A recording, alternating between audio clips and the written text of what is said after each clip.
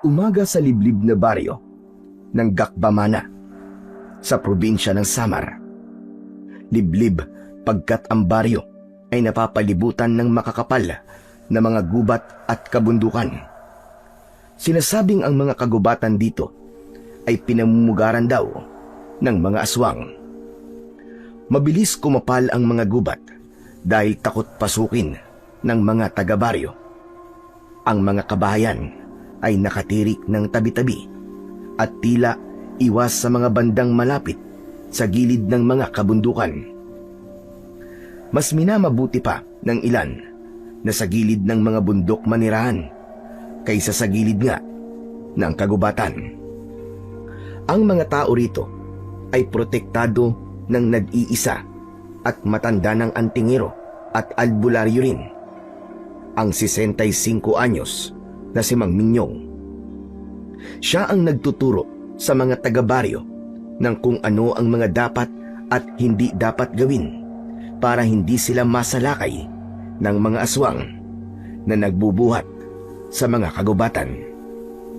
Siya rin ang nagsusuplay sa mga tao ng kinakailangang mga pangontrang langis.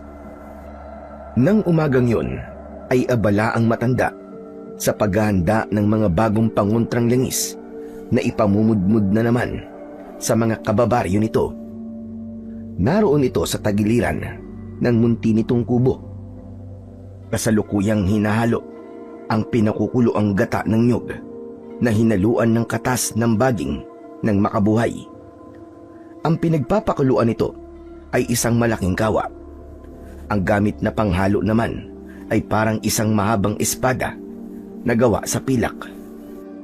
Habang abala ay kapakapa nito ang palawit ng suot na medalyon at dinadasalan ang inihahandang langis. O mga mahal na espiritu ng kalikasan at mga diwata ng apoy, tubig, hangin at lupa, bugahan ninyo nawa ang hinahalo kong pangontrang langis ng inyong mga enerhiya. Huwag ninyong hayaan na ang buong baryong ito ay masakop ng mga elemento ng dilim, ng mga engkanto, ng mga aswang. Itaboy niyo sila at panatiling nakukulong sa mga kagubatan. Sanawa. Ameno, ameno, ameno. Biglang kumapal ang usok ng pinakukuluan ni Mang Minyong matapos isara ang kanyang dasal. Maging ang apoy sa ilalim ng kawa ay parang lalong naglagablab. Maririnig din ang halo-halong mahihinang mga bulong na nanggagaling sa gata na hinahalo ng matanda. Tulad ng nakasanayan ay mariing nakapikit si Mang Minyong habang nagaganap ang pagbuga ng mga espiritu ng kalikasan ng enerhiya ng mga ito sa pinakukuluang pangontra. Lubusin niyo lang mga mahal kong espiritu at mga diwata. Ito ay para sa aking kaawa-awang mga kababaryo.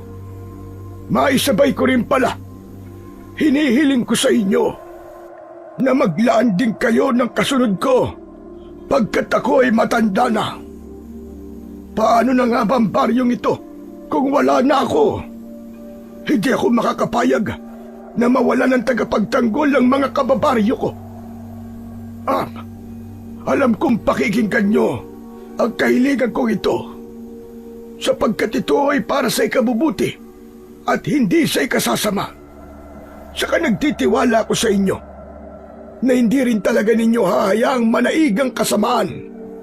Muli, amino, amino, amino. Nang muling pagdilat ni Mang Minyong ay nanlaki ang mga mata niya nang mamataang ang kaninang puti na hinahalong gata ay tuluyan ng naging langis at ni walang makikitang namuong mga latik. Purong-puro at napakalinaw ng langis na ang kulay ay may pagka-light green dahil sa hinalong baging ng makabuhay. Napakalinaw naman ng makapangyarihang langis na ito. Nako, maraming salamat po mga mahal na espiritu at mga diwata. Tiyak na matutuwa ang mga kababaryo ko nito. Ngayong buong araw din ay asahan ninyong may pamumudmud ko na ito sa buong baryo. Hanggang sa muli po, maraming salamat. Masayang isinalin ni Mang Minyong ang umuusok na langis sa isang banga na gawa rin sa pilak. Palalamigin muna ito ng matanda bago naman isalin sa mas maliliit na mga botelya na nang nagdaang mga araw ay isa-isa pa nitong hiningi sa bawat kabahayan sa buong baryo. Habang pinapaypayan ni Mang Minyong ang banga, ay kapakapa ulit nito ang palawit ng medalyon. Maya-maya pa ay bahagya itong napakislot at napatingin sa medalyon. Napapabulong ito sa sarili. Teka, may nararamdaman akong kakaiba sa medalyong ko. May umaaligid. Pero hindi ko matukoy kung masama ba o mabuting enerhiya. Enerhiya kaya ito ng anong nilalang? Pambihira. Bakit ganito?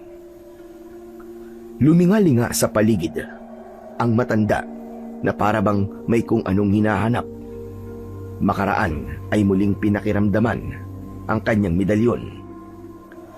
Ngunit lingid sa kaalaman ni Mang Minyong, mula sa di kalayuan ay may isang matandang babae na nagtatago sa likod ng isang malapad na puno ng mangga. Halata sa mukha nito ang pag-aalala.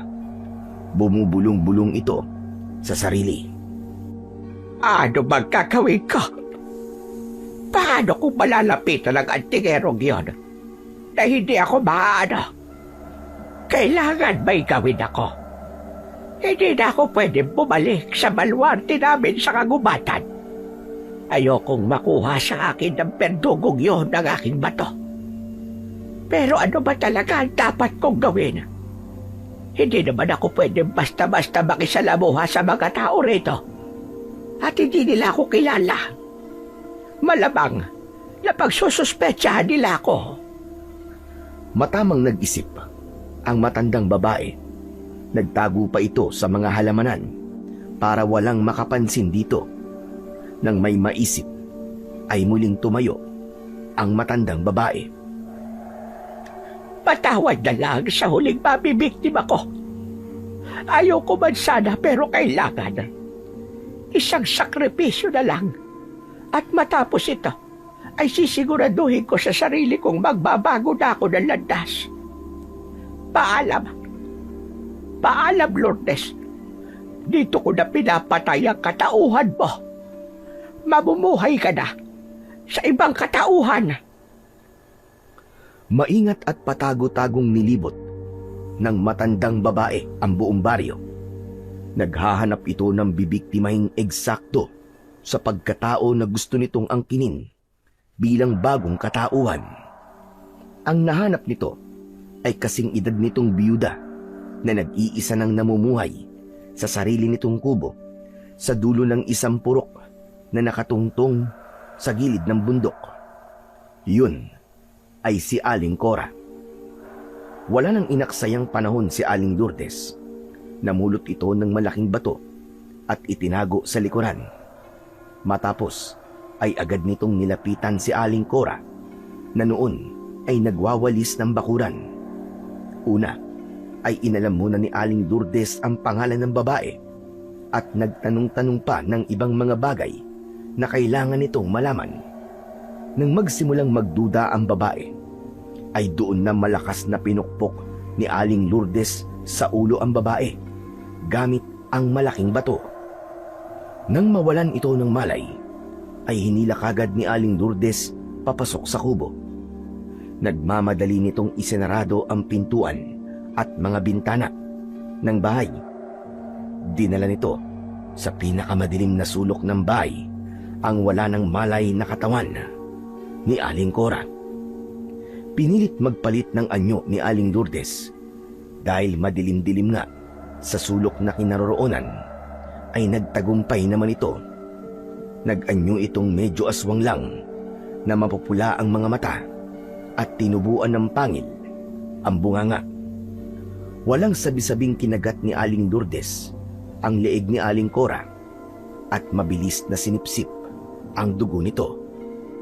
Makaraan ay mariing pumikit ang matanda na isang aswang pala at umusal ng kakaibang orasyon. Ang sumunod na nangyari, unti-unting nagpalit ito ng anyo. Naging kay Aling Cora ang anyo ni Aling Lourdes. Ang katawan naman ni Aling Cora ay naging si Aling Lourdes. Nagkapalit sila ng anyo. Patawad, Cora. At salamat sa pagpapahiram ng katauhan mo. Pangako, gagawin ko ang lahat para hindi mauwi sa wala ang pagkamatay mo. Importante lang talaga ang misyon ko. Gagawin ko rin ang lahat para magamit ko ng buong husay ang pagkatao mo. Mula ngayon, ako na ikaw. Ako na si Cora.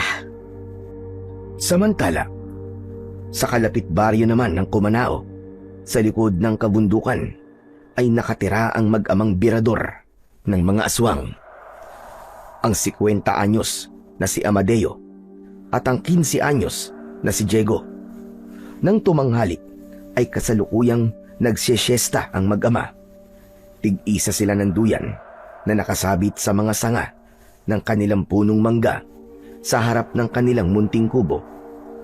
Si Diego ay parang si Rambo na may nakataling puting tela sa kanyang noo, kung bakit ay siya na lamang ang nakakaalam. Sarap na sarap sa pag-idlip ang mag-ama. Nang walang ano-ano ay magsimulang magpabiling-biling si Diego na parabang dinadalaw ng isang panaginip. Habang tumatagal ay paggrabe ng paggrabe ang pagbiling-biling nito hanggang sa magsimula na ring umungol-ungol.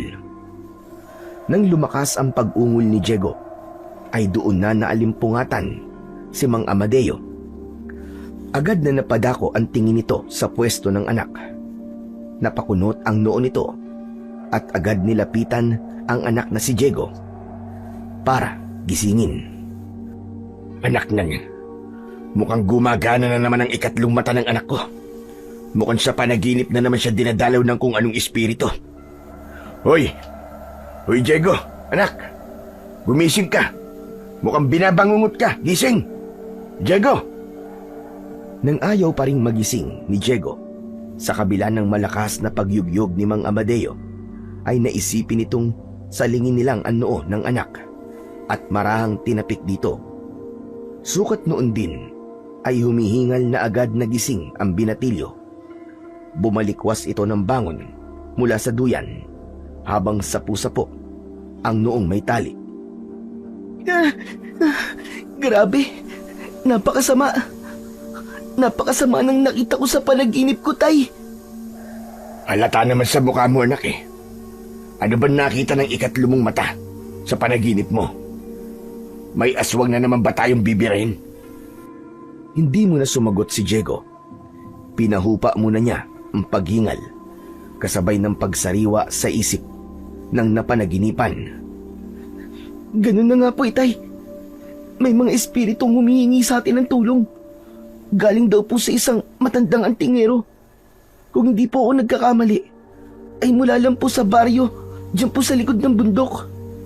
Nanganganib daw po sila sa napipintong pagsalakay ni lumalakas na puwersa ng mga aswang mula po sa kabundukan. Matandang antingero? May antingero pala riyan sa kabila. Akala ko'y wala. Pero anong klaseng aswang daw ang bibirahin natin, anak? Mga aswang na itim daw po, Itay. Pero yung pinunuro po nila, ang delikadong kalabanin at kailangan po natin paghandaan. Aba, bakit daw delikado? Ang alam ko ay ang mga aswang na gabunan ang pinakamahirap kalabanin na uri ng aswang. Pinuno ng mga aswang na itim lang ang kakalabanin natin. Delikado na? Hindi ko po alam, Itay, kung bakit yung po ang sinabi ng mga espiritu. Siguro naman po ay sila nakakaalam kung bakit. Sayang lang po at hindi ko naitanong. Bigla niyo po kasi akong ginising eh. Kung sa bagay, alam talaga yun ng mga espiritong nakausap mo. Mukhang ang kailangan natin pagandaan ng pinuno ng mga aswang na itim. Pero kailan daw ba tayo kailangan rumesbak sa kabilang baryo? Ang sabi po ng tinig ng isang espiritu, mas maaga raw po tayong makapaghahanda at re-rest back. Mas maigi raw po yun. Kailangan daw po nating maunahan sa kanyang binabalak ang pinuno ng mga aswang na itim. Ganun ba? Ano naman kaya ang binabalak ng pinunong yun? Pues, maghahanda na tayo kung ganun. Pag-aaralan na natin ang mga planong gagawin natin. Kailangan pag-usapan na natin ang lahat. Ay, siya nga pala anak. Sinabi ba sa'yo ng mga espiritu kung saan banda nakatira ang antingero sa kabilang baryo? Naku, nakalimutan ko rin pong itanong yun, Itay. Pero siguro naman po, ay gagabayan po tayo ng mga espiritong nakausap ko kapag pupunta na po tayo sa kabilang baryo. Sa bagay nga, may punto ka. Saka, nariyan naman palang ikatlong mata mo. May kakayahan ka ring makakita ng mga espiritu sa paligid. Hindi ba, anak? Opo, Itay. Gagamitin ko rin po talaga itong kakayahan kong to. Anak, dito ba sa paligid natin ngayon, wala ka bang nakikitang kahit na ano na hindi ko nakikita? Ewan ha, pero pakiramdam ko ay may lihim na nagmamasid sa atin sa sandaling ito. Teka, sandali lang po, Itay. Kakalagin ko lang po saglit ang balot ng noo ko. Pagkakakalag ni Diego ng telang nakabalot sa kanyang noo, ay lumantad ang makinis niyang noo. Pero wala namang makikitang literal na ikatlong mata roon. Ang tanging makikita sa pinakagitnaan ng kanyang noo ay parting parang medyo nagliliwanag na hindi gaanong halata, lalo na kung sa malayuan. Bali naroroon ang kanyang bukas na ikatlong mata. Iginala-gala ni Diego ang kanyang naniningkit na mga mata sa paligid. Ngunit kahit na ano, ay walang makitang kakaiba ang kanyang sinasabing ikatlong mata. Malinis po, Tay. Wala po akong nakikitang kahit na ano sa paligid natin. Medyo duda naman si Mang Amadeo sa sinabi ng anak. Napaismid ito ng bagya. Sigurado ka ba, anak? Maski espiritu ng mga nakausap mo ay wala rito sa paligid. Inulit pa ni Diego na libutin ng tingin ang kanilang palibot na mag-ama para makasigurado. Wala po talaga, Tay. Sa panaginip ko nga po hindi ko rin po sila nakikita eh. Naririnig ko lang po ang mga tinig nila na tumataginting. Aba, kung wala kang nakikitang kahit ano, baka naman may nararamdaman kang kakaiba. Subukan mo nga namang makiramdam, anak. Sinubukan naman yun ni Diego. Nag-concentrate siya at nakiramdam. Ha? Teka, Itay. Para nga pong may naririnig akong napakainang sigaw ng tulong. Saan po ba yung nagmumula? Teka po. Aalamin ko lang kung saan direksyon nagbubuhat. Habang inaalam ni Diego kung saan banda nang gagaling ang napakahinang sigaw na naririnig, ay nakataas sa ere ang kanyang hintuturo na para bang antena na naghahanap ng signal. Parang sa kabilang bundok po nang gagaling, Itay. Baka yung antingero mismong humihingi ng saklolo, anak. Hindi, Tay. Mali kayo. Babae po ang nagmamay-ari ng mahinang sigaw. Malamang nabiktima po ng aswang. Naku, Tay. Kailangan na po talaga natin magmadali. Maganda at lumipat sa kabilang bundok, Itay. Bago pa man maraming mabiktima ang mga aswang na itim. Kung gayon, maganda na nga tayo, anak. Ngayong tanghali mismo ay lalakad na tayo. Nandito na rin naman sa itaas ng bundok ang bahay natin. Konting akyat na lang at bababa na tayo sa kabila. Bago pa man siguro sumapit ang takip silim nasa kabilang baryo na tayo. Makakahanap naman siguro tayo ng pansamantalang matutuluyan doon. May ilang kakilala naman tayo ron. Sige po, Tay. Ihanda na po natin ang mga gamit. Kapag nasa kabila na po tayo, ay doon na lang natin pag-usapan ng mga plano natin. Tuloy, hahanapin po kagad natin yung kaluluwa na humihingi ng saklolo at yung bahay ng antingero. Wala nang inaksayang panahon ang mag-amang birador. Dinala nila lahat ang kanilang mga gamit birador, tulad ng iba't ibang klaseng dinasalang mga itak, bolo, at meron pang espadang pilak. Meron ding ilang mga agimat tulad ng pangil ng buhaya, matatalas na kuko ng agila, mga pangontrang langis, balaraw na hugis krus, rosaryo, ilang medalyon, at kung ano-ano pa na mga anting-anting. Nang matiyak na kumpleto na ang kanilang mga daladala, ay lumakad na sila. Nang pababa na sila sa kabilang panig ng bundok, ay napahinto bigla sa paglalakad si Diego. Sandali po, Tay. Parang bumibigat bigla ang pakiramdam ko sa paligid natin ngayon. Para pong biglang may kung anong nagsara ng aywan. Nagsara ng ano, anak? At bakit pala kasi hindi mo pa alisin yung tali sa noo mo, anak? Hayaan mo na lang munang may nakikita ang ikatlong mata mo. Alam mo naman dumadayo tayo ng lugar. Mas maiging alerto tayo. Sige po, aalisin ko po saglit. Ang bigat po talaga ng pakiramdam ko na hindi ko po maipaliwanag kung bakit. Pagkatanggal ni Diego ng telang nakabalot sa kanyang noo, ay kagad na bahagyang nagliwanag ang gitnang parte ng kanyang noo. Ngunit kasabay nito ay nanlaki ang mga mata ng binatilyo nang igala nito ang ikatlong paningin. Nabahala tuloy si Amadeo sa nakitang reaksyon ng anak. Oh, ano nakikita mo? Bakit ganyan na lang ang itsura mo? Tay, sa bandang likuran natin, tama po ang hinala ko. May humarang na manipis na itim na bakod na enerhiya. Sinadya, Tay, para makulong tayo rito sa kabilang panig ng bundok na parte na ng Gakbamana. Ha? Anong ibig mo sabihin, anak? Hindi na tayo makakabalik pa ulit sa baryo natin sa kabila. Aba, hindi maaari yun. Saka, kagagawan pala ito ng anong elemento? Hindi ko pa po sigurado, Tay, kung ano po ang may kagagawan nito. Maliban po kasi sa bakod na itim na enerhiya, ay wala na po akong ibang nakikitang nilalang sa paligid.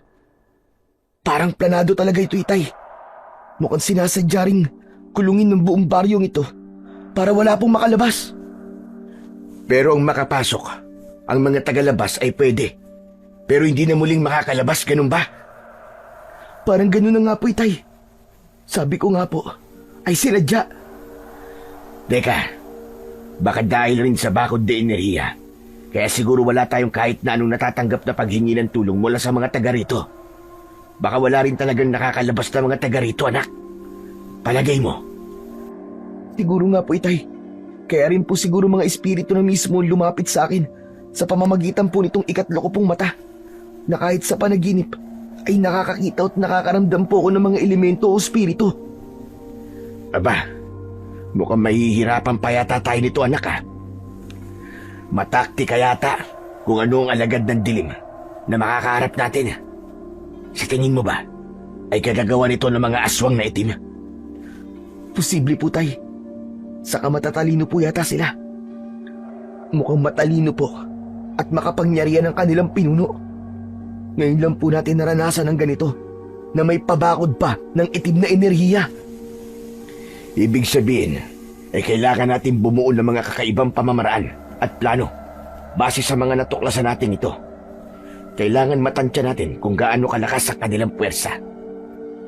Mas masusubok yata natin ngayon ang husay natin bilang mga birador, anak. Asa nga pala, maalala ko, habang pabababa tayo, kumusta naman na naririnig mong sigaw ng saklolo ng isang kaluluwa? Sandaling natigilan si Diego. Nag-concentrate uli ito at pinagana ang kanyang pandinig sa udyok rin ng kanyang ikatlong mata.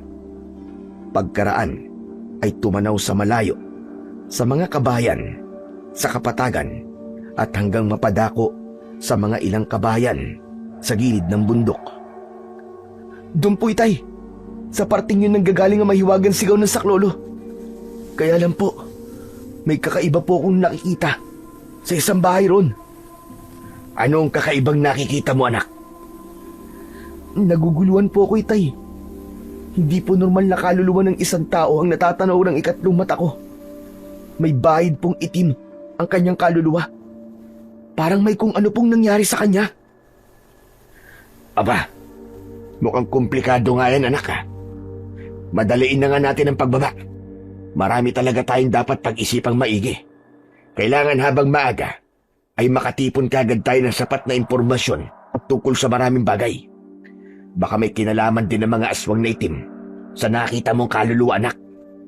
Sa kamalay natin, may iba pang elementong sangkot. Tapos ay pupuntahan pa natin ang bahay ng antingero rito. At nagmamadali na nga sa pagbaba ng bundok ang mag-ama. Maging alerto tayo, anak, habang bumababa. Panatilihin mo lang nakabukas ang iyong ikatlong mata. Yung mga dala mong pangontra, tignan mo, at baka may tumatagas. Hindi pa muna dapat maramdaman ng mga yan ng mga elemento sa paligid. Hindi pa panahon para palitawin natin sila. Hindi pa tayo ganun kahanda, anak. Opo, Itay. Pero kayo rin po. Check niyo po yung mga dala niyo. Kayo po munang mauna. Sa likod niyo lang po ako. Nang bandang nasa itaas pa lang ng paanan ng bundok, ay narating na kagad ng mag-ama ang ilang kabayang nakatirik doon. Nagkataon namang yung unang bahay ay isang mabait na matandang biyudong lalaki ang nakatira. Yun ay si Mang Nardo. Nang makiusap sila rito na doon pansamantalang makikituloy, ay pumayag naman ito. Siyempre ay nagpakilala sila ritong mga birador sila ng mga aswang at mga elemento ng kadiliman. Ikinatuwa naman yun ng matanda. Nagpahayag ito na karangalan daw para rito na makatulong sa mga katulad nila. Matapos masinop ang kanilang mga gamit sa isang silid na inilaan sa kanila ni Mang Nardo, ay nagpasya ang mag-ama na hanapin na kagad ang bahay ng antingero sa baryo. Tinanong nila ang matanda tungkol dito at inilaan naman sa kanila ang direksyon kung saan banda ng baryo nakatira ang sinasabing antingero. Gusto pa sana silang samahan ng matanda, pero sinabihan nila ito na maiwan na lang at bantayan ang kanilang mga gamit. At lumakad na nga ang mag-amang birador. Pero teka pala, Tay. Papahapon na rin pala. Itutuloy pa rin po ba natin ang pagpunta sa bahay ng antingerong si Mang Minyong daw? O ipagpapabukas na lang po natin? Ngayon na tayo pumunta, anak. Kung abutan man tayo ng dilim, pwede namang dun muna tayo magpalipas ng gabi sa bahay ni Mang Minyong.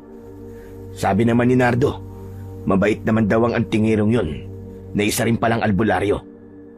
Wala daw tayong dapat aksayahin na panahon, anak. Mas mabilis daw tayong kikilos ay maigi.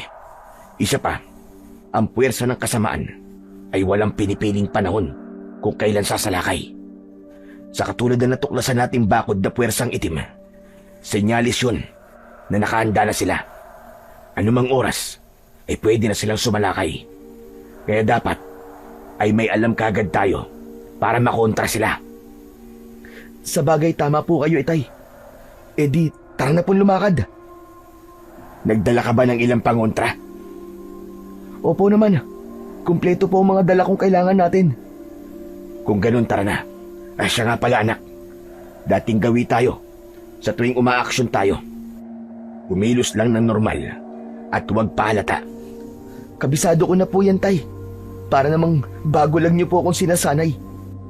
Nakailang angkan o tribo na po ba ng mga aswang na nabira natin, Tay? Kay rami na po.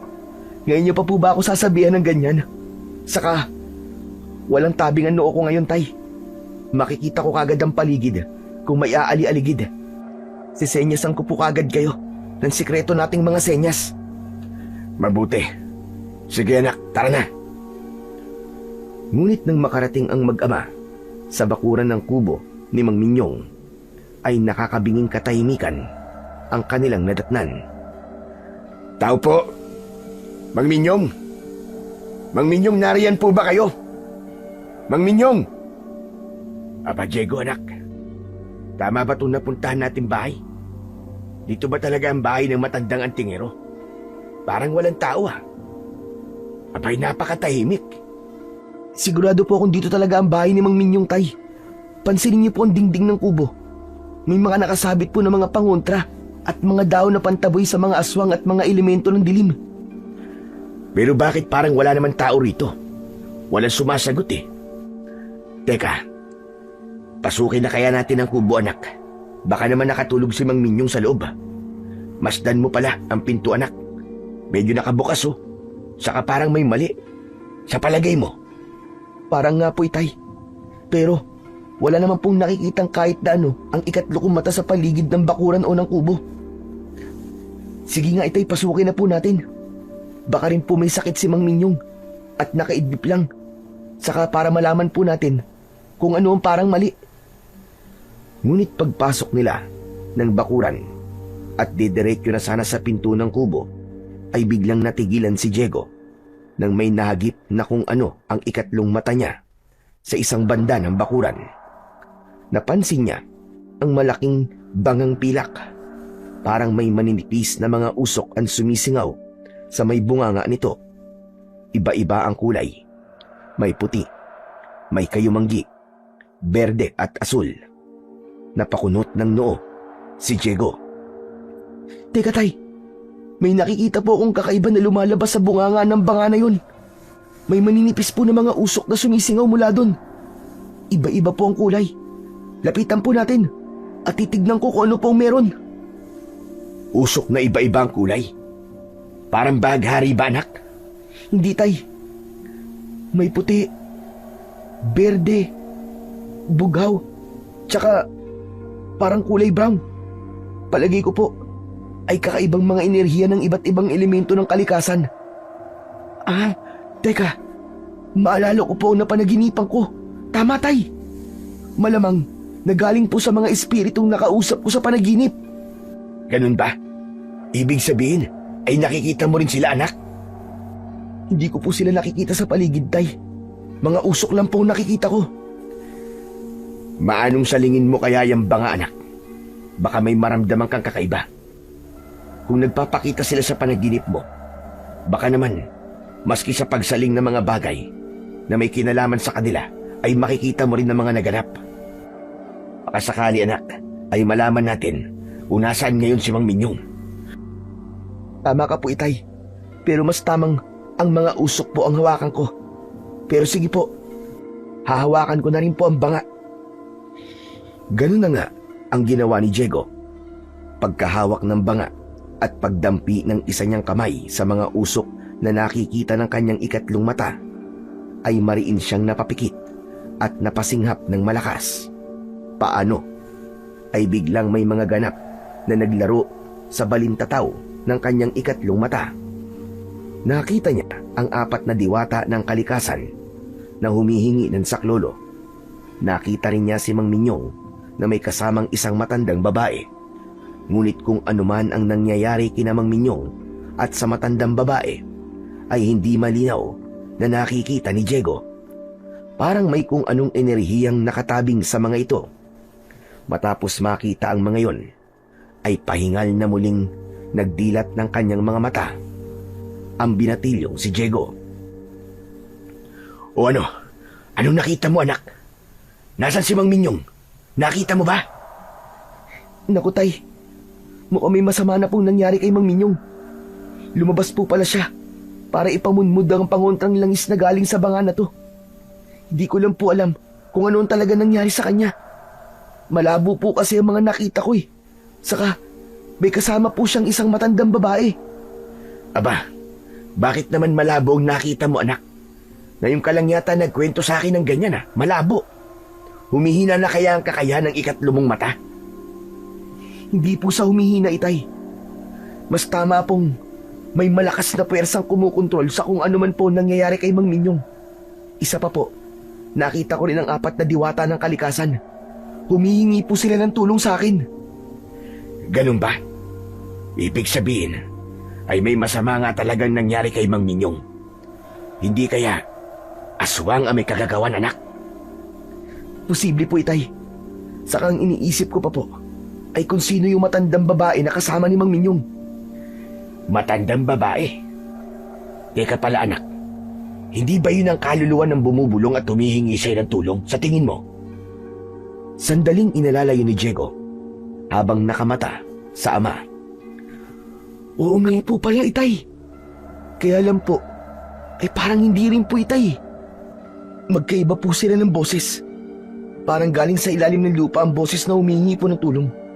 Yun naman pong kasama ni Mang Minyong ay normal lang po ang boses. Ganun ba? Malabo namang asawa niya. Dahil sabi ni Mang Nardo, nangako raw si Mang Minyong na hindi na mag-aasawa simula nang mamatay dati ang asawa niya. Malabo rin namang kapatid niya dahil mag-isa na lang daw na natira sa kanilang angkan si Mang Minyong. Maya-maya pa ay biglang naningkit ang mga mata ni Diego. Kasunod nito ay agad nagpalinga-linga sa paligid habang papilig-pilig ang ulo na para bang may kung anong naririnig. Ano yun, Tay? Parang nasa malapit lang po matandang babaeng humihingi ng tulong sa akin. Naririnig ko po ang boses niya. Ayun, Tay. Sa may tarangkahan po ng bakod. Papasok siya at mukhang papunta po rito. Naku po, isa po siyang kaluluwa pero kalahating tao at kalahating aswang. Ha? Humanda tayo, anak. Kung kalahating aswang pala, ay baka kung ano ang gawin sa'yo o sa atin. Hindi ako makakapayag na makalapit siya sa atin. Pero teka, Tay. Umiiyak po siya habang papalapit sa atin. Nagmamakaawa po siyang ipagiganti raw natin ang pagkamatay niya. Ang hindi ko lang po maintindihan ay yung sinasabi niyang ninakaw raw ang kanyang katauhan. At ang katauhan daw po niya ngayon ay pagmamay-ari ng pumatay sa kanya. Aba, kakaiba yan ha. Sa kasabi mo, anak, ay kalahating aswang at kalahating tao ang itsura niya. Ibig sabihin, ay baka aswang ang sumalakay sa kanya at nagnakaw ng katauhan niya. Aswang na shapeshifter. Opo, Tay. Katulad ng lahi ng huli nating nakalaban, Tay. Pero teka lang po. Kakausapin ko lang po siya saglit. Heto na po siya sa tabi ko. Cora daw po ang pangalan niya. At siya nga raw po ang nakatira sa bahay na nakita ko, Itay. Sige anak, kausapin mo. Mabuti naman at hindi siya natatakot o iwas sa mga dala nating pangontra at mga sandata. Hanggang sa nag-usap na nga sina Diego at ang kaluluwa na si Aling Cora. Itay, ipaghiganti raw po natin siya. Alam niya raw po kung nasaan ngayon ang pumatay sa kanya. Kailangan daw po natin siya sundan. Ganun ba? Sige, sundan natin siya, anak. Siya nga pala, paano naman si Kaminyong? Nangangalib din daw po ang buhay ni Mang Minyong, Tay. Malamang daw po na baka nilalapa na rin siya ng aswang na shapeshifter na yun. Yung pala mismo, Tay, ang kasamang matandang babae ni Mang Minyong. Aba, kung ganun ay kailangan na pala natin magbadali. Tignan mo, at nagsisimula na rin palang lumatag ang dilim. Mabuti pa, maghanap na tayo dito sa kubo ni Mang Minyong ng magagamit natin pang ilaw. Baka may gasera dito o kaya flashlight o kaya kahit sulo. Ito, Tay, dito po sa may kusina. May nakasabit pong gasera. Sakto po, 2. Tig-isa po tayo. Ayos, sapat na ang mga yun, anak. Kung sakaling maubusan ng gas, ay may reserba naman tayo rito mga flashlight. Tara na, kumilos na tayo kagad. Importanteng maabutan natin at mailigtas si Mang Minyong. Makakatulong natin siya laban sa mga aswang na itim at maging sa mga aswang na shapeshifter na gumagala rin pala sa baryong to. Humilos na nga ang mag-ama. Sinundan nila ang kaluluwa ni Aling Cora. Dinala sila malapit sa gilid ng kagubatan. Ngunit bago pa sila makalapit doon, ay natigilan si Mang Amadeo. Teka, Diego. Papasok na tayo ng kagubatan. Delikado kung papasok pa tayo sa loob. Baluwarte na ng mga aswang dyan, anak. Hindi pa natin alam kung gaano karaming namumuga dyan at kung ilang uri ng mga aswang ang naninirahan dyan. Hindi ko mo mga birador tayo ng aswang eh. Susugod na lang tayo ng susugod. Mas makabubuting hayaan natin sila lumabas mula sa baluwarte nila. Huwag po kayo mag-alala, Tay. Dito lang daw po sa kaligid-ligiran nagtatago ang matandang babaeng aswang. Saka wala po akong nakikitang presensya rito ng iba pang mga aswang. Ano? Parang imposible namang wala, anak. Sa ganitong oras ay dapat nag-aabang na sila. Teka, anak. Baka papalabas pa lang sila. Kung ganun, ay madaliin na natin ang pagkilos. Sabihan mo si Cora na ituro na sa atin kung nasa na matandang aswang at si Kaminyong.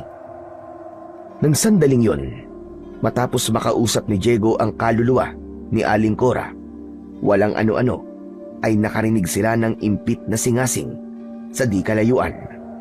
Kasunod nito ay sigaw ng isang matandang lalaki. Mukhang nandito na po sa banda rito ang babaeng aswang, tay. Saka, parang sigaw po yun ni Mang Minyong. Alerto ka, anak. Naririnig mo rin ba ang mga naririnig ko? Parang tumadami na mga kaluskos sa paligid natin, ha? Mukhang naglalabasan ang mga aswang. Ihanda mo na ang mga pangontra, anak. At ang mga sandata mo. Tsak na mapapalaban na tayo rito. Maya-maya pa ay may narinig na palitan ng usapan ang mag-ama. Narinig din ni Diego ang sinasabi sa kanya ni Aling Cora. Ang mga yun na nga raw, sina Mang Minyong at ang babaeng aswang. Lumabas ka na rito sa gubat, tanda. Bilisan mo. Bago ka pa maabutan ng pinuno naming mga aswang. At hanggat napipigilan ko pa ang sarili ko na lapain ka. Cora! Ikaw ba yan, Cora? Paanong isa kang aswang? Hindi ako si Cora, na tulad ng inaakala mo. Pero wala na akong panahong magpaliwanag pa. Sige na, tumakas ka na, sabi. Delikadong makaharap mo ang pinunong aswang. Walang pa naman taglay mo mga pangontra o medalyon laban sa kanya. Lubhas ang makapangyarihan. Hindi ako natatakot sa kanya. Haharapin ko siya. O kahit sa'yo, Cora. Hindi ang tulad mo lang na aswang ang katatakutan ko. Alam mo malalakas din ang mga pangontra ko at itong medalyong ko. Huwag matigas ang ulo mo, matanda ka. Kung paano ka pag-alam biglang napadpad dito, ay hindi mo na alam at naiwasan. Nalinlang ka ng pinagalang kakayahan ng pinuno. Huwag mo nang hintayin pantuluyang kanyang makontrol. Ngayon pa lang ay nararamdaman ko ng kumakalat ng kanyang itim na usok. Hindi mo mapapansin dahil papadilim na. Ano ba, tanda? Tumakas ka na, sige na. Nariyan na sila. Maglalabasan na sila. Bilisan mo! At ang kainsanang ipagtabuyan ni Aling Lourdes, si Mang Minyong, noon ay nasa anyo na ito ng aswang dahil nga lumalatag na ang dilim ng mga oras na yon. Nangitim ang balat nito na medyo mamula-mula. Ngunit ang pagtatangka nito ay kinontra naman ni Mang Minyong. Sinubukan nitong sabuyan si Aling Lourdes ng langis na bagong gawa nito, yung langis na nakargahan ng kapangyarihan ng mga espiritu ng kalikasan. Walang hiya ka, matanda ka. Ayoko man sana saktan ka. Pero ako itong sinaktan mo. Pwes, patitikimin kita ng talas na mga kuko at pangil ko. Hindi mo ako matatalo, Cora. Isa ka lang napipitsuging aswang na itim. Ito ang bago kong pangontrang langis. Tikman mo kung gaano ito kabagis. Tignan natin kung hindi malapnos ang buong mong katawan. Yeah! Sa puntong yun, ay nataranta na ang mag-amang birador ng mga aswang. Naku, tay, naglaban na po sila Mang Minyong at yung aswang. Tara na tayo sa banda nila. Tulungan po natin si Mang Minyong. Bilisan natin, anak. Baka mapano si Mang Minyong. At yung aswang na yun, kailangan natin yung mahuli. At kahit na anong mangyari, hindi natin siya papatayin. Huhulihin lang natin siya. Sige po, tay. Parang naiintindihan ko po ang gusto niyo mangyari. Kailangan nga na may mahuli tayong isang aswang ngayong gabi. Magagamit natin siya laban sa kanyang mga kalahi at para marami pa po tayong malaman sa kanya ng tungkol sa kanilang pinuno at sa iba pang mga aswang na nakatira po sa kagubatan. Nang saklolohan ng mag-ama si Mang Minyong, ay naalarma naman si Aling Lourdes pagkakita sa kanila. Nag-alangan ito kung itutuloy ang pagsalakay kay Mang Minyong o ano. Lumarawan sa mukha nito ang pagkalito at pagkatakot sa mag-ama, lalo na kay Diego. Pinakatitigan pa nito ang noo ni Diego na para bang nakikita nito ang ikatlong mata ng binata. May mga birador pala rito ng aswang. At ang isa ay may ikatlo pagbata. Mabuti kung ganon. May makatutulong ka na, tandang antigero. Sige, galingan nyo lang. Kailangan yung talunin na makapangyarihan naming pinuno. Kailangan matuldukan na ang lalo pa niyang paglakas. Sa kanilang narinig ay nagtataka namang nagkatinginan ang mag-amang Birador at si Mang Minyong. Kakaiba tong aswang na ito, ha? Hoy! Bakit aswang? Anong nalalaman mo sa anak ko? At bakit alam mong may ikatlo siyang mata? Ngunit si Diego na mismo ang sumagot kay Mang Amadeo. Tay, katulad ko rin po siyang maikatlong mata. Pareho po naming nakikita ang ikatlo naming mga mata. Ano? Aswang na may ikatlong mata? Pambihira. Pero si Cora lang ang aswang na yan. Imposible. Hindi po siya si Aling Cora, Mang Minyong. Inagaw lang po niya ang katawan ni Aling Cora na sinasabi po ninyo. Pinatay po niya ang totoong si Aling Cora. Ah, ganun pala. Kung ganun, ay kailangan na natin tapusin ang aswang na ito. Dapat niyang pagbayaran ang ginawa niya kay Cora. Tara na kayo. Pagtulungan natin siya. Patayin natin. Nang sandaling namang yon ay siya namang pag-ugong ng mga kaluskos at papalapit na mga singasing. Bunga nito ay nataranta si Aling Lourdes. Sa halip na papasok pala sa loob ng kagubatan, ang direksyong tatakbuhan nito ay minabuti na lang nitong palabas ng gubat tumakbo. Hindi maaari. Nariyan na sila. Kayong mga buhong kayo, sundan niyo ako. Ako ang unang dapat ninyong kalabanin. Susundan na sana ni Mang Amadeo at Diego si Aling Lourdes palabas ng gubat, pero bigla silang pinigilan ni Mang Minyong. Teka, sandali. Huwag niyo siyang sundan. Baka pinagloloko lang tayo ng aswang na yan. Hayaan natin siya tumakas. Ang puwersa ng pinunong aswang ang harapin natin. Posible nga, Mang Minyong. Pero, kaya ba natin ang pinuno, Kaminyong? Hindi, Tay.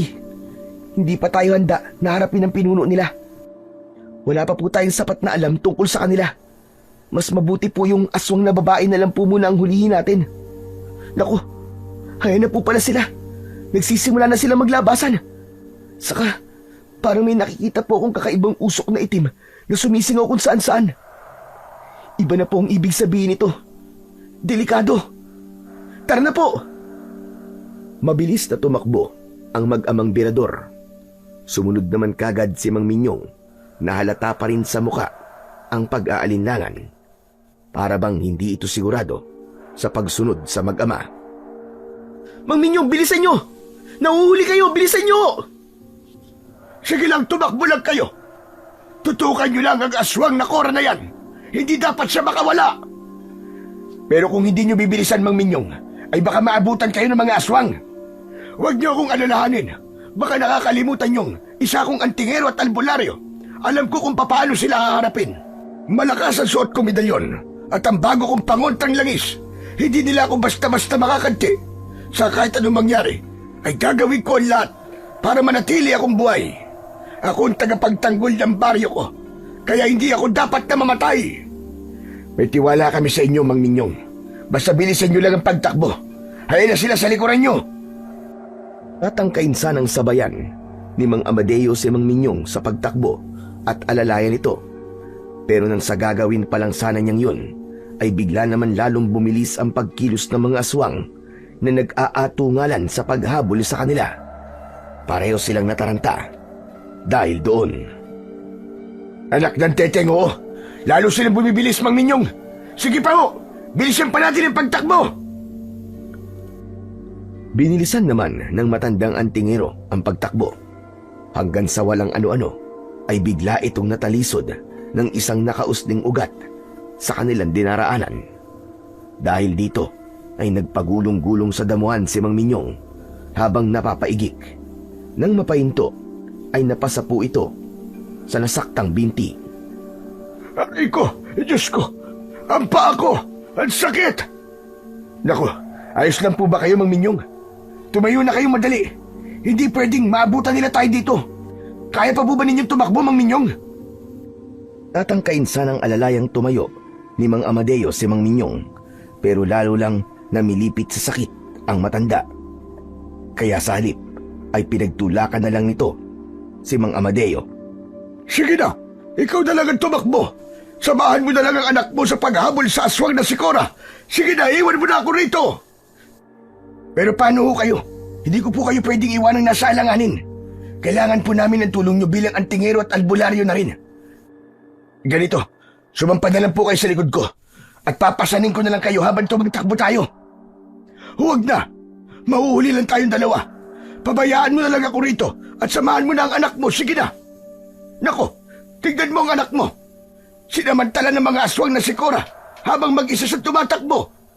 Parang hinagisan siya ng kung ano. Hayon, lumagapak siya sa damuhan. Puntahan mo na siya, sige na. At baka tangayin siya ng aswang na yon. Ako na ang bahala rito. Kung sakali, ay puntahan niyo na lang ang bahay ko. Nandun lahat ng mga gamit ko bilang antingero at lahat ng mga gamit ko bilang albularyo. Baka tutulong sa inyo ang lahat ng yon. Nasa baul din sa kwarto ko ang kwaderno ko kung saan ko isinusulat ang lahat ng nalalaman ko. Pag-aralan niyo na lang yon, sige na. Madali ka na! Nung una, ay ayaw pa sanang iwanan ni Mang Amadeo si Mang Minyong. Pero nang mapansin niyang maaabutan na sila ng mga aswang, ay wala na siyang nagawa, kundi ang kumaripas ng takbo palayo. Nang sandali ring kasing yun, ay paika-ikang tumakbo pasulong sa mga aswang si Mang Minyong. At nang paglingon pa noon ni Amadeo sa kinaroroonan ni Diego, ay napansin niyang tinangay na nga ito ng aswang na si Aling Lourdes. Mang Minyong, iligtas niyo ang sarili niyo! Ililigtas ko rin ang anak ko! Kailangan ligtas tayong lahat! Iligtas niyo ang buong baryo!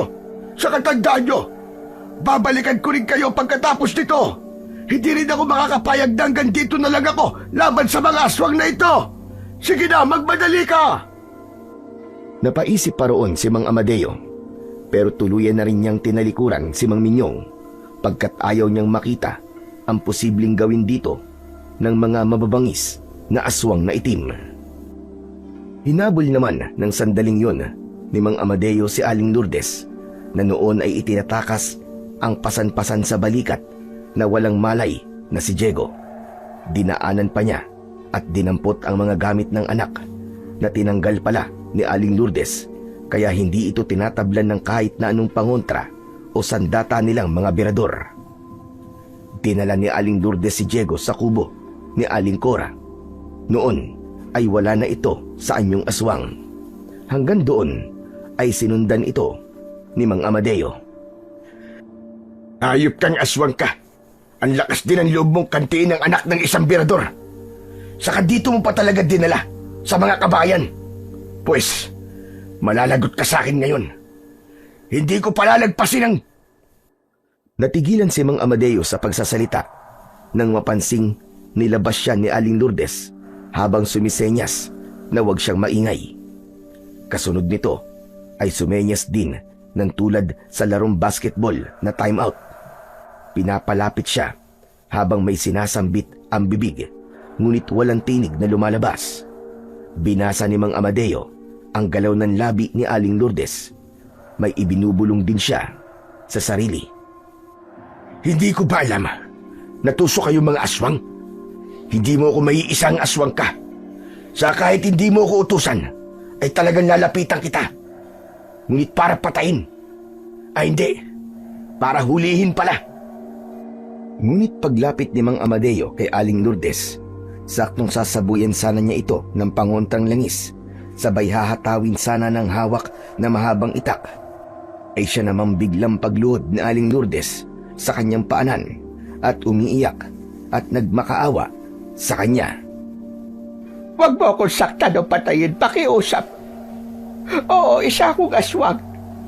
Pero ayaw ko na rin ang pagiging aswang ko. Ayaw ko na rin paglingkuran ng pinuno naming suwapang sa kapangyarihan. Gusto ko mabuhay na tulad ninyong mga tao. Ito ang dahilan ko kung bakit naglakas loob akong pumarito sa baryo at nakawin ang katauhan ni Cora. Hindi ako si Cora. Lourdes ang pangalan ko. Pakiusap, gagawin ko ang lahat para tulungan kayong matalo ang pinuno namin bilang kapalit na buhay ko. Tulungan niyo rin ako maging tulad ninyong mga tao. Nagmapakaawa ako sa iyo. Hindi, Hindi mo ako maiisan kung yun ang pinaplano mo. Anong gagawin ko para paniwalaan mo ko? Sige, tignan mo ang anak mo. Hindi ko siya nilapa o sinaktan man lang. Tinanggal ko lang ang mga dala niyang nakakasakit sa akin bilang aswang. Ang dahilan lang naman ay para ilayo siya sa mga aswang. Sa kung sasaktan mo man ako, ay hindi ako lalaban sa iyo. Pero kung papatayin mo ako, hindi ako makakapayag. Ibig ko sabihin, hindi ako makakapayag na wala ko nagawa para patigilin ang lalo pang paglakas ni Berdugo. Berdugo? Sinong Berdugo ang sinasabi mo? Ang pinuno ninyo? Oo, tama ka. Siya ang napakasama at napakaswapang naming pinuno. Nagawa pa man din niyang bilugin ang ilan kong mga kalahi at kabilang na roon ang asawa at anak ko. Inunti-unti niyang angkinin lahat ng mga batong itim namin para lalo siyang lumakas. Yung mga mahihinang mga katulad namin ang inisa-isa niyang patayin para makuha ang mga bato namin. Habang nagsasalita si Aling Lourdes, ay sinasamantala ni Mang Amadeo na unti-unting lapitan si Diego na noon ay inihiga ni Aling Lourdes sa bangkong kawayan sa salas ng kubo ni Aling Cora.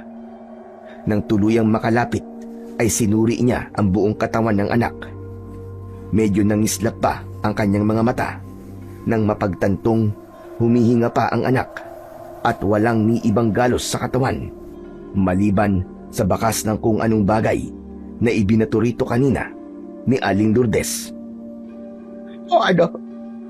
Nakita mo naman siguro. Wala akong ibang ginawa sa anak mo.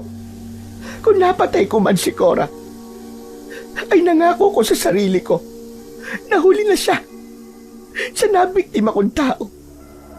Kailangan ko lang talagang magpanggap na tulad ninyong mga tao para matakasan ko si Berdugo na mula nang mapatay ang asawa at anak ko ay pinaghahanap na rin ako para patayin at para makuha ang bato ko. Ngunit hindi ko ibibigay sa kanya. Biglang natigilan si Aling Lourdes nang may mahagip ang ikatlong mata nito sa paligid. Nakita nito ang kaluluwa ni Aling Cora na humahangos na papalapit sa kanilang kinaroroonan.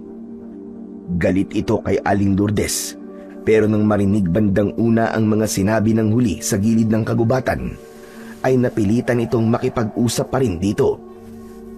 Nang punto rin yun, ay hindi nila namamalayang nakabalik na pala ang malay ni Diego. Pagdilat mismo ng kanyang mga mata, ay nakita kagad ng kanyang ikatlong mata ang kaluluwa ni Aling Cora. Nako, kailangan na natin maghanda. Nandito ang kaluluwa ni Cora. Sinabihan niya akong naghahanda na raw ang mga aswang na lusubin ang buong baryo. Sisimulan na raw ni Berdugo na unti-unting paliitin ng bakod na usok na itim na nakabalibot sa bawat hangganan ng baryo. Kailangan may gawin tayo. Kailangan maunahan natin sila. Sigurado ka ba sa sinasabi mo, Lourdes? Saka hindi pa nakakabalik ang malay ng anak ko. Ibalik muna natin ang kanyang malay. Noon ay tuluyan ng nagbangon si Diego. Tay, napanaginipan ko na naman po ang 4 na espiritu ng kalikasan. Kailangan po natin puntahan ulit ngayon ang bahay ni Mang Ninyong. Kailangan ko pong makuha at mabasa ang kanyang kwaderno sa kanyang baul. Naroon daw po ang kailangan nating gawin. Ganun ba, anak? Kung ganun ay tara na. Pero teka, paano ka pala, Lourdes? Patunayan mo sa amin ng anak ko na handa ka talagang tulungan kami laban sa mga kalahi mong mga aswang na itim. Sasama ako sa inyo. Tulad ng anak mo, ay bukas din ang ikatlong mata ko. Sa tingin ko, ay may maitutulong ako sa inyo. Tama po siya, Tay. Sinabihan din po ako ng mga espiritu ng tungkol po kay Aling Lourdes. Ingatan na lang daw po nating masaktan siya ng mga dala nating mga pangontra at sandata. Huwag kayo mag-alala. Sisikapin kong pigilang mag-anyong aswang. Hanggat anyong tao ko, ay hindi gaanong tatalam sa akin ng mga dala ninyo. At teka pala, nasa na si Mang Minyong? Bakit hindi niyo siya kasama? Ikinalulungkot ko. Pero nagpaiwan si Mang Minyong. Hindi ko na alam kung ano nangyari sa kanya. Pero nangako siyang gagawin niya ang lahat para manatiling buhay. At kung buhay pa nga siya, ay babalikan daw niya tayo. Nako, imposibleng makaligtas siya sa puwersa ni Verdugo. Hindi sapat ang kakayahan niya bilang antingero at albularyo laban sa kapangyarihan ni Verdugo. O siya, kumilos na tayo. Hindi tayo pwedeng magbabagal. Isa pa, sigurado ko nararamdaman na ng pinuno ang presensya ninyong dalawa ng mga berador. Unang-una pa lang na makapasok kayo sa baryong ito, ay alam na ni Verdugo ang tungkol sa inyo dahil sa itim na usok na bakod na ipinalibot niya sa buong baryo. Mabilis nang ang pinuntahan ng tatlo ang bahay ni Mang Minyong. Habang papasok sila sa bakuran ng bahay ng antingero, ay alerto silang palingalinga sa paligid. Pare-pareho silang kabado, lalo na si Aling Lourdes. Sumama rin siyempre sa kanila ang kaluluwa ni Aling Cora. Maging ito ay palingalinga na nagmamasid. Maya-maya pa ay biglang napasinghap si Aling Lourdes nang may mapansing kakaiba sa paligid. Nako, magmadali kayo. Nakikita ko na sa paligid ang maninipis na usok na itim ni Verdugo. Hindi maganda ito. Dahil pawala na ang mga ipinakalat niyang usok. Hindi ko alam kung ano ang ibig sabihin nito at anong kapangyarihan ang pinaggagawa niya. Ikaw, Iho, ano nga palang pangalan ninyong mag-ama? Ako nga pala si Amadeo. Diego naman itong anak ko. Anak, Lourdes ang pangalan niya. Ah, Diego, Iho. Ikala mo ang paningin ng ikatlong mata mo sa paligid. Pareho ba tayo ng nakikitang maninipis na mga usok na itim na pawala-wala? Naku, may nakikita nga rin po ako, Aling Lourdes. Kakaiba po talaga ito. Para pong nananadya na nagpapaikot-ikot dito sa bakuran ng bahay ni Mang Minyong. Mabuti pa ay madaliin na ninyong pumasok sa loob ng kubo ni Mang Minyong. Kuhain na ninyo ang dapat nyong kuhain. Apurahin nyo. Hindi talaga maganda ang kutob ko sa usok na itim na mga ito ni Verdugo. Saka alerto rin kayo. Palagay ko rin ay hindi na makalapit o makapasok ang usok sa loob ng bahay ni Mang Minyong. Dahil tadtad ito ng pangontra at mga herbal na mga gamot. Pero sigurado kong hahanap ng paraan ng mga usok na yan. Tara na, anak. Pasukin na natin ang kubo ni Mang Minyong. Hanapin natin ang sinasabi mong kwaderno niya sa baul. Pagkapasok ng mag-ama sa kwarto ni Mang Minyong, ay bigla na lang napakapit ng mariin si Diego sa kanyang itay. Tay, alalayan muna niyo ako saglit. Parang kusa po ako naiidlip. Palagay ko po ay may gusto magpakita at kumausap sa akin sa panaginip. Tay, saglit lang to. Baka mga espiritu po ng kalikasan ang gusto makipag-ugnayan sa akin. Ganun na nga ang nangyari. May mahalagang ibinilin ang mga espiritu kay Diego. Pagmulat nga ng kanyang mga mata, ay agad niya yung sinunod. Kailangan ko muna lumabas, Tay. Kailangan ko lang pong kumuha ng langis sa bangang pilak ni Mang Minyong sa labas. Pahirang ko raw po ang noo ko kung nasaan nagbubukas ang ikatlong mata ko. Kayo naman po, ay hanapin po ninyo ang kwaderno ni Mang Minyong. Alerto ka, anak, ha? Tuloy, pasimplihan mo na rin na sulyap si Lourdes sa labas. Medyo duda pa rin ako sa kanya. Baka sugo lang siya ng pinuno nilang si Verdugo. Naku, Itay, hindi ba? At nasabi ko na po sa inyo na sinabihan na rin po ako ng mga espiritu ng kalikasan ng tungkol sa kanya. Makakatulong po natin siya, Tay. Ang totoo po ay nagduda rin ako sa kanya nung una. Pero ang sabi po sa akin ng mga espiritu, kung minsan daw po ay meron daw talagang isang kampo ng dilim na bumabaligtad. Isa na po roon, si Aling Lourdes. Ganun ba? O siya, sige na. Gawin mo na ang dapat mong gawin. Basta, mataan mo pa rin siya. Sige na, anak, magmadali ka na. Mahirap nang dumating ang puwersa ni Verdugo. Tapos, ay hindi pa tayo handang-handa. Mabilis nang kumilos si Diego. Matapos niyang mapahiran ng kailangang langis ang kanyang noo, ay wala naman siyang kakaibang naramdaman. Bakit parang wala naman nangyaring kakaiba sa akin? Tama ba ang langis na naipahid ko? May iba pa bang bangari ito? Parang wala namang iba. Maya-maya pa ay biglang tinawag ni Mang Amadeo si Diego. Diego anak, madali ka rito. Nakita ko ng kwaderno ni Mang Minyong. Dali-dali naman tinakbo ni Diego ang kinaroroonan ng kanyang ama. Nasaan, Tay? Ito anak, puting kwaderno. Buklatin mo nga anak. Pagkaabot ni Diego ng puting kwaderno, ay nakaramdam siya ng parang may nagtutulak sa kanya na buklatin ito kagad at pasadahan ng tingin ang lahat nitong pahina na may mga nakasulat. Hindi niya maintindihan pero parang iniskan ng kanyang ikatlong mata ang nilalaman nito. Matapos naman yun, ay isasara na sana ni Diego ang kwaderno nang walang ano-ano ay may tumikhim sa may pintuan ng kwartong kanilang kinaroroonan. Paglingon nila ay pareho pang nanlaki ang kanilang mga mata nang mamataang nakatayo roon si Mang Minyong. Mang Minyong? Ikaw ba talaga yan, Mang Minyong? Hindi kayo nilapa ng aswang? Mabuti naman po't ligtas kayo. Salamat sa Panginoon. Tuwang-tuwang sasalubungin sana ng mag-ama ang matandang antingero. Pero nagulat sila nang bigla itong sumimangot at walang sabi-sabing agad na inagaw ang hawak-hawak ni Diego na puting kwaderno. Akin ang kwaderno ko. Hindi niyo na to kailangan. Walang tulong kayong aasahan sa akin. Naglabas si Mang Minyong ng posporo mula sa bulsa nito at sa harap nila ay sinunog nito ang puting kwaderno.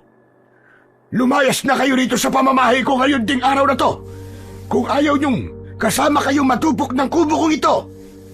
Magmula ngayon ay wala ng antingero o arbolaryong aasahan ang baryong ito. Matapos yun, ay mabilis nang kumilos ang matanda.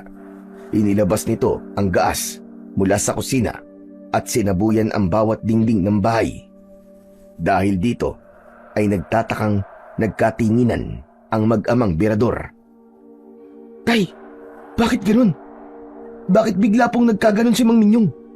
Ano po nangyari sa kanya? Saka na natin pag-usapan anak.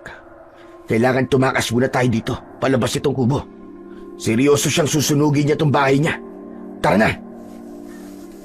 Habang mabilis na tumatakas papalabas ang mag-ama, ay nilingon pa ni Diego si Mang Minyong. Noon ay may napansin siyang may itim na usok na parang nasisipsip ang katawan nito. Nang nasa labas na sila, ay sinalubong naman kagad sila ni Aling Lourdes na ang itsura naman ay parang sobrang kabado. Ano nangyari? Bakit sinunog niyo ang bahay ni Mang Minyong? Nakuha ba ninyo ang kailangan? Hindi po kami sumunog sa bahay, Aling Lourdes. Si Mang Minyong po mismo ang nagsunog nun. Saka hindi po namin nakuha ang kanyang kwaderno. Inagaw po niya sa akin at sinunog din. Ganun ba? Ilibot mo ang ikatlong mata mo, Diego. Kakaiba na ang mga nakikita ko. Sinunod naman yun ni Diego. Naku po, naloko na. Dumadami po ang usok na itim. Ano po ang ibig sabihin niyan, Aling Lourdes? Saka napansin ko po pala kanina, parang may itim na usok din pong pumapasok po sa katawan ni Mang Minyong. Nakita mo talaga yon? Nako, isa lang ang ibig sabihin nun, iho. Malamang ay kasabwat na ni Verdugo si Mang Minyong. Kaya rin siguro sinunog niya ang kanyang bahay.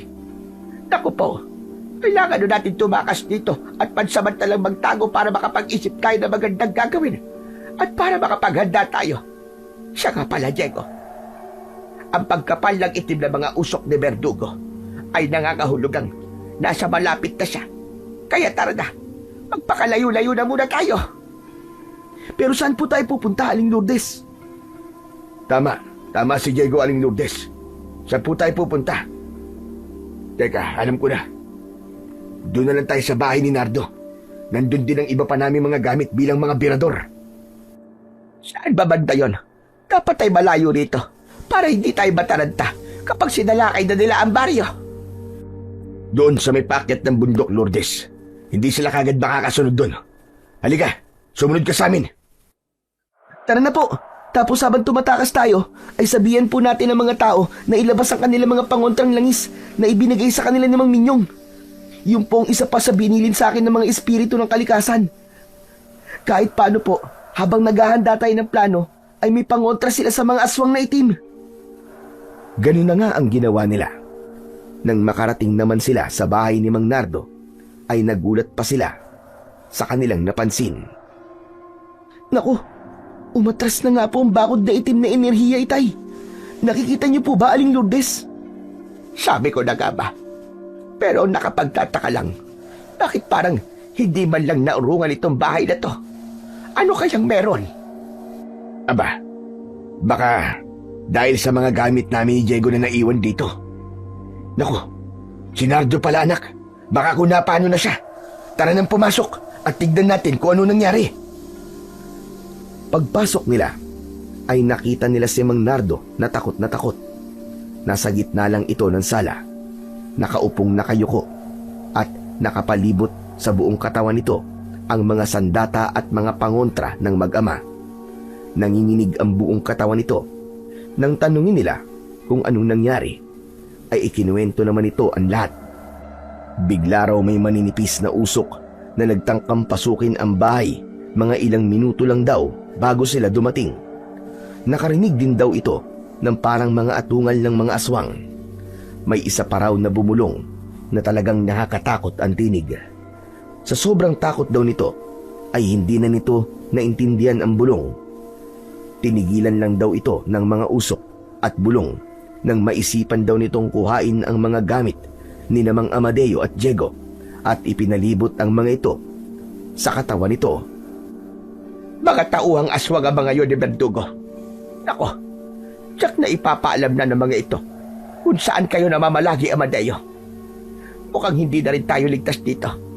Saan pa ba tayo pwede magtago para mapag-usapan natin ng maayos ang mga dapat natin gawin at paghahanda laban sa puwersa ni Verdugo? Sinagot sila ni Mang Nardo. May alam daw itong tagong kuweba sa gilid ng bundok, malapit sa kinaroroonan nila. Hindi raw yun basta-basta mapapasok ng mga aswang, sapagkat ang bukana raw nito ay napapalibutan ng mga baging ng halamang makabuhay. Nako, paano naman ako makakapasok doon kung ganun pala? Ayon kay Mang Nardo, hindi raw problema yon, pagkat may ginawa rin daw itong sikretong labasan ng kuweba kung sakaling makulong sila sa loob at masarahan ang bukana. Doon daw pwedeng dumaan si Aling Lourdes. Kung ganun ay tara na sa kuweba. Parang naririnig ko na rin ng nagkakagulo ang mga taga-baryo sa labas. Mukhang sinisimulan ng sumalakay ng mga aswang na itim. Wala na silang inaksayang oras ng mga sandaling yun. Lumikas kagad sila at lumipat sa kuwebang sinasabi ni Mang Nardo. Muntikan pa silang hindi makapunta roon dahil sa bakod na enerhiyang itim ni Verdugo. Mabuti na lamang at natuklasan nilang kusa pa lang itong dumudusog kapag nasaling ng dala nilang malalakas na mga sandata at pangontra ng birador. Nang nasa kuweba na sila, ay nagplano kagad sila ng mga dapat nilang gawin. Lahat ng nalalaman ni Aling Lourdes tungkol sa mga kalahi nito at sa pinunong si Verdugo ay pinag-usapan din nila. Umisip sila ng maraming paraan kung paano epektibong makukontra ang mga aswang na itim at kung anong sandata ng birador ang pinakakinatatakutan nila. Si Verdugo ang pinakamahirap nating kalaban. Dahil marami na rin siyang nakuwang mga batong itim, ay napakalakas na ng kanyang kapangyarihan. Hindi na basta-basta tatalam sa kanyang mga sandata ninyo o kahit pagsamasamahin pa natin ang mga pangontra ninyo. Asya nga pala, Diego. May nabanggit kang ibinilin sa iyo ng mga espiritu ng kalikasan. Kumusta na nga pala yun? Ako na pong bahala ron, Aling Lourdes. Basta, kasama po kayo ron. Tungkol po yun sa taglay nating ikatlong mata. Bakit hindi mo pa sabihin sa amin ang itay mo? Para kung sakaling may butas, ay marimedyoan kagad natin. Pero kung sensitibo talaga yan, para sabihin mo sa amin, ay nire-respeto ko naman yan. Alam ko rin namang, medyo may duda pa rin kayo sa akin. Basta ako, naikwento ko na sa inyo ang talagang pakay ko. Gagawin ko rin ang lahat para matalo natin si Verdugo. Ipaghihiganti ko ang sinapit ng mag-ama ko. Eksaktong matapos magsalita ni Aling Lourdes, ay siya namang narinig na nila ang pag-ugong ng kaguluhang nangyayari sa baryo. Talagang nakakarindi ang mga hiyawan ng mga taong sinasalakay, maging ang gigil ng mga singasing at atungal ng mga aswang. Nang sumilip sila sa bukana ng kuweba, ay napansin din nila ang lalo pang pagkapal ng mga usok na itim ni Berdugo. Nanlaki pa ang mga mata nila nang tangkain ng makapal na usok na yon na sumilip sa kuweba. Para bang may nakita silang kulay pulang singkit na mga mata ang usok. Nandito na pala mismo sa labas ng kuweba ang espiritual na mata ni Berdugo. Umanda kayo, Amadeo, Diego at Nardo. Malamang, naiisip kagad si Berdugo ng paraan para mapasok tayo rito. Nardo, ihanda mo ang sekretong labasan. Dali, hindi pwedeng kapag napasok niya tayo rito nang hindi natin namamalayan ay makulong tayo rito. Kapag nagkataon, ay katapusan na talaga natin.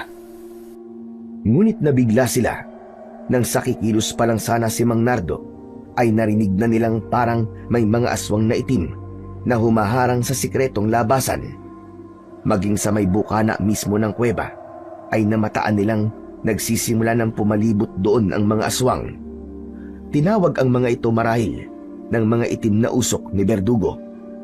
Ang mas ikinagulat nila ay nang biglang may usok na itim ang parang isiningaw ng sahig ng kuweba na mga 4 na di pa lang ang layo mula sa kinatatayuan nilang 4. Nang sandali namang yon ay may napansin si Diego sa may noo ni Aling Lourdes. Kasunod nito ay parang nakikita at nababasa niyang muli ang lahat ng pahina ng kwaderno na sinunog ni Mang Minyong. Noon niya naisip na baka yon ay kusang gumana dahil sa ipinahid niya sa kanyang noo na langis mula sa bangang pilak ni Mang Minyong. Parang kusa niyang nare-review ang kailangan na nakasulat sa kwaderno. Tumatak pala ang mga ito sa kanyang isipan. Lihim na napatango-tango si Diego sa kanyang mga natuklasan o nalamang solusyon sa kanilang problema. Alam ko na ang gagawin natin sa sitwasyong to, Tay, Aling Lourdes. Sana lang po ay pumayag kayo, Aling Lourdes. Sasagutin pa lang sana ni Aling Lourdes si Diego, pero gano'n na lang ang panlalaki ng kanilang mga mata nang ang mga sumisingaw na itim na usok ay unti-unting nagkaanyo at lumitaw ang pinuno mismong si Berdugo. Sobrang nakakatakot ang itsura nito. Purong itim na maskuladong aswang na may mapupulang mga mata at may nagtutulisang mga pangil sa nakaumbok na bibig. Tansya nila ay nasa higit sa 6 na talampakan ang taas nito. Ang buhok naman nito ay buwaghag na kulay abo. Matutulis ang mga kuko sa kamay at ganun din sa paa. May mahaba pa itong buntot na ang dulo ay parang sibat. Ang buong katawan ay parang patuloy na naglalabas ng maninipis na mga itim na usok. Ang mga ito ay parang maliliit na mga genie na may kanya-kanyang mapupula at singkit na mga mata. Kayo pala ang mga biador na nangahas na pumasok sa baryong ito. Ang lakas ng loob nyo. Sa tingin nyo ba ay kaya nyo ang isang katulad ko? Wala nang ibang pinuno ng mga aswang na katulad ko. Marami akong taglay ng mga batong itim. Marami akong iba't ibang kapangyarihan. Nakikita nyo mga usok na to na nakapalibot sa akin? Sila ang mga espiritu ng mga batong itim ko. At ngayon ay nauuhaw na sila sa dugo ng mga biador. Tamang-tama, kayo ang pagpipiesta nila ngayong gabi. Hindi kami natatakot sa iyo, Berdugo. Panahon na para tuldukan ang kasamaan mo at ang kasapuangan mo sa batong itim ng sarili mong mga kalahi. Ngayong gabing ito ay sisiguraduhin naming matatalo ka. Dahil sa tindi ng galit ni Aling Lourdes ng sandaling yon, ay hindi niya na napigilang mag-anyong aswang. Dahil dito ay nabuking tuloy siya ni Berdugo. At sino kang taksil na aswang ka? Bakit hindi kita nakikilala? Kaninong pangkat ka ba kabilang? Aha! Isa kang mapagpanggap na aswang. Pwes, pagsisisihan mong bumaligtad ka. Hindi magtatagumpay ang pakikipag-alyansa mo sa mga pipitsuging mga berador na ito. Pipitsugin mo ang mukha mo! Hindi mo alam kung ano ang kakayahan ng mag-amang ito. Inilantad ko na sa kanila ang kahinaan ng lahi natin. Talaga ba? Kumusta naman ang kahinaan ko? Kung hindi ka ba naman bobong aswang, hindi mo alam ang mga kahinaan ko. Isa pa, ay hindi mo rin alam kung ano-ano pa ang mga taglay kong kapangyarihan. Dahil sa pinagsama-sama kong mga batong itim na mga tulad mong mahihinang aswang, malakas na ako. Ubod ng lakas. Mahimik ka! Masyado mataas ang tingin mo sa sarili mo. Tandaan mo ito. Ngayon lang gabing babagsak ang tulad mong makapangyarihan ko, no? Pero ubod naman na suwapang. Gagawin ko ang lahat para tulungan ang mga berador na ito. Amadeo, Diego, humanda kayo. Titirisin natin ang napakahambog na berdugong ito. Ikaw naman, Nando. Basta sa likod ka lang namin. Amadeo, bigyan niyo siya ng sandata. Pati na ang kaluluwa ni Aling Cora na sumama rin pala sa loob ng kuweba ay binilinan na rin ni Aling Lourdes ng mga dapat nitong gawin. Aba, napakatapag niyo ha? Tignan natin kung hindi kayo manginig sa takot sa gagawin ko at kung sino ang unang-unang ihaharap ko sa inyo. May kung sinong tinawag si Berdugo sa may bukana ng kuweba. Anino ng isang matandang lalaki na pilit sinisino nina Amadeo, Diego at Aling Lourdes dahil madilim-dilim at hindi sapat ang liwanag ng mga dala nilang flashlight at gasera.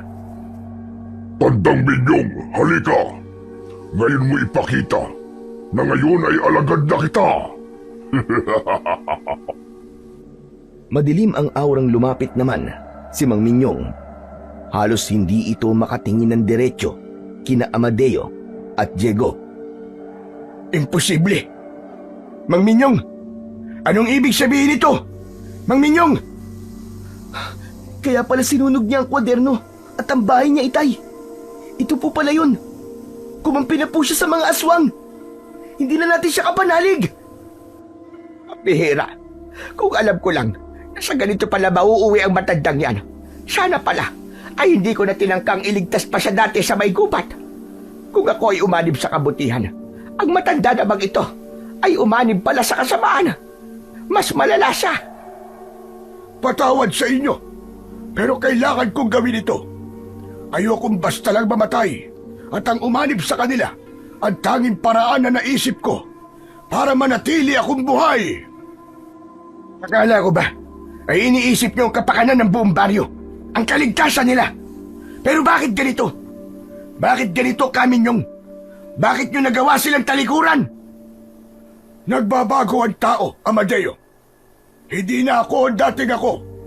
Kaya patawad kung gagamitin ko ngayon ang kakayahan ko bilang antingero at albularyo laban sa inyo. Ang katapatan ko ngayon ay nakay Berdugo na! Narinig niyo yun? Sanipuwersa na ngayon ang antingero at aswang.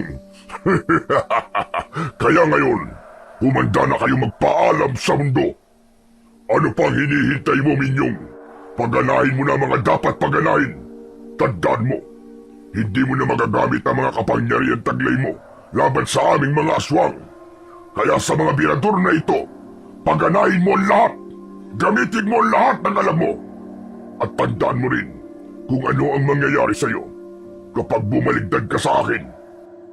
Alalahanin mong nakargahan na kita ng usok kong itim.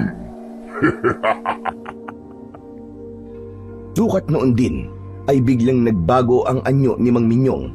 Naging kalahating tao at aswang na itim ito. Nagkaroon ng patsi-patsing itim ang balat nito at ang mga mata ay naging kulay pulang-pula. Ang suot nitong medalyon ay biglang nilalabasan na rin ng usok na itim at bahagyang umiilaw na mamula-mula. Kasabay naman yun ay may kakaiba ring nangyari sa noo ni Diego. Bahagya rin itong umilaw na manilaw-nilaw at bumakat ang kanyang nakatagong ikatlong mata. Ganon din ang nangyari sa noo ng aswang na si Aling Lourdes. Ang sa noo lang nito ay hindi manilaw-nilaw ang kulay ng liwanag, kundi mamula-mula. Nagtatakang nagkatinginan naman sina Diego at Aling Lourdes nang mapansin nila yon sa kani-kanilang mga mata. Nag-usap din ang kanilang mga mata at parang nagkakaintindihan sila sa kahulugan nun. Ito na ang katapusan ninyong mga pangas kayo. Minyong, tapusin na natin sila. At gano'n na nga. Naganap na ang isang matinding sagupan sa pagitan ng puwersa ng mag-amang birador ng mga aswang at ang puwersa ng pinuno ng mga aswang na si Berdugo. Nagulat siyempre at natakot si Namang Amadeo at Diego at si Aling Lourdes, kasama na rin si Nardo. Sapagkat nasaksiyan nila kung gaano nga talaga kalakas ang mga kapangyarihang pinapalabas ni Berdugo na sinabayan pa ng kapangyarihan ng albularyong antingerong si Mang Ninyong. Anak ng teteng, mukhang dehado tayo dito, anak ha. Lourdes, talaga bang wala kang alam na kahinaan ng Berdugo na to? Sa ngayon, ay hinahanap pa ng ikatlo naming mga mata ng anak mo, Amadeo. May nakikita kami solusyon. Teka, tama. Baka tama ang naiisip ko. Diego, iho, naiisip mo rin ba ang naiisip ko? Hindi pa parang binubulungan ka ng ikatlo mong mata ng kung ano ang dapat gawin. Opo, Aling Lourdes. Isa po sa atin ang kailangang isakripisyo ang ikatlong mata para po magsanib puwersa. Tama. At sa pamamagitan ng pagsasama ng ikatlo nating mata, ay makikita na rin natin ang mga kahinaan ni Berdugo. Ngunit ang pagkakataong yun ay sinamantala naman ng pinuno ng mga aswang na si Berdugo. Inunahan nito ang balak gawin ng dalawa. Lihim nitong inutusan ang isang usok nito. May kung ano itong ibinulong doon na agad naman itong sinunod.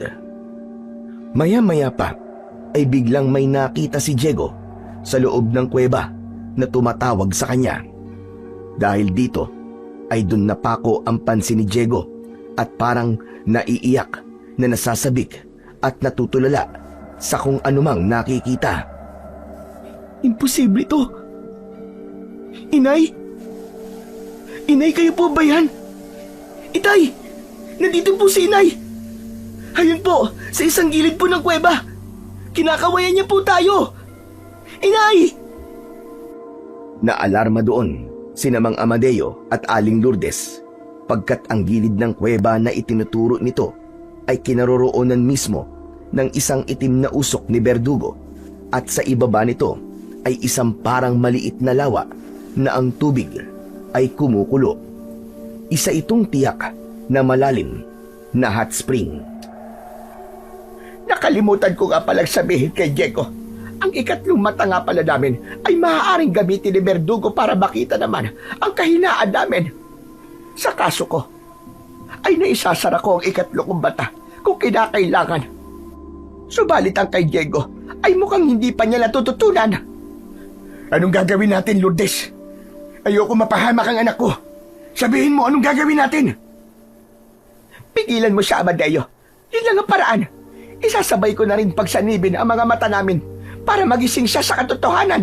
Sige na, magmadali ka. Iligtas mo ang anak mo. Kukunin mong ikatlong mata niya at isasanib sa mata mo, ganun ba? Hindi, Amadeo. Ang sa kanya ay may pahid ng pangontrang langis.